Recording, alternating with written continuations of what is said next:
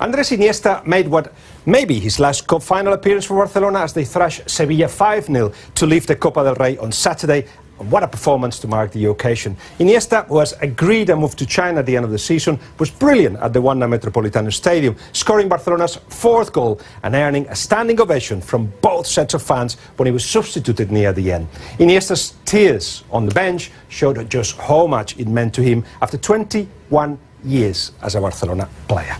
He will go down as one of the greatest in the club's history. Saturday's game was Iniesta's 669th appearance for Barcelona in all competitions. Only his old midfield partner Xavi Hernández has made more.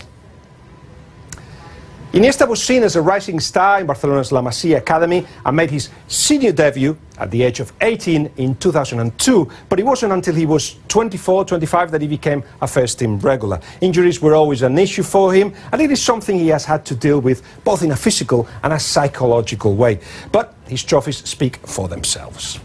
This year's Copa del Rey was his 34th piece of silverware in 16 seasons as a professional. His haul includes 4 Champions League, 8 La Liga titles, soon to be 9, plus a World Cup and 2 European Championships with Spain. It makes him one of the most decorated players in the modern era. The stats show Iniesta has only contributed 57 goals in his 669 appearances for the club, but while he has never been a natural goal scorer, his importance to Barcelona has been massive. For most of his career, he has made the left side of the midfield his own, and while others have enjoyed the limelight, the cleverness of Iniesta's movement, the speed of his acceleration, and the brilliance of his distribution have been key to it all.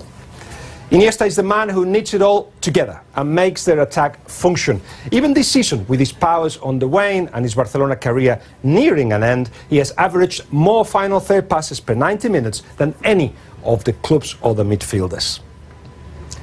He's loved by everybody in the world, but of course everybody associated with Barcelona as well. None more so than his old boss Pep Guardiola, who gave him a new lease of life after he was burned out during the Frank Rijkaard regime. Iniesta doesn't dye his hair, he doesn't wear earrings, and he hasn't got any tattoos, Guardiola famously said of the midfielder. Maybe that makes him unattractive to the media, but he's the best.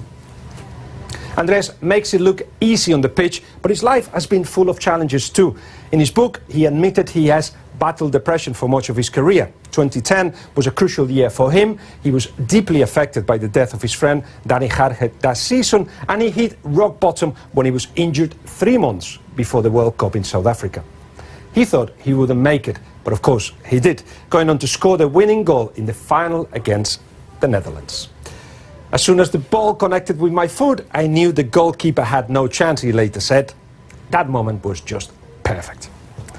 And it was an iconic goal from a player who has always had a knack for delivering at key moments, just as he famously did in Barcelona's Champions League semi-final with Chelsea in 2009.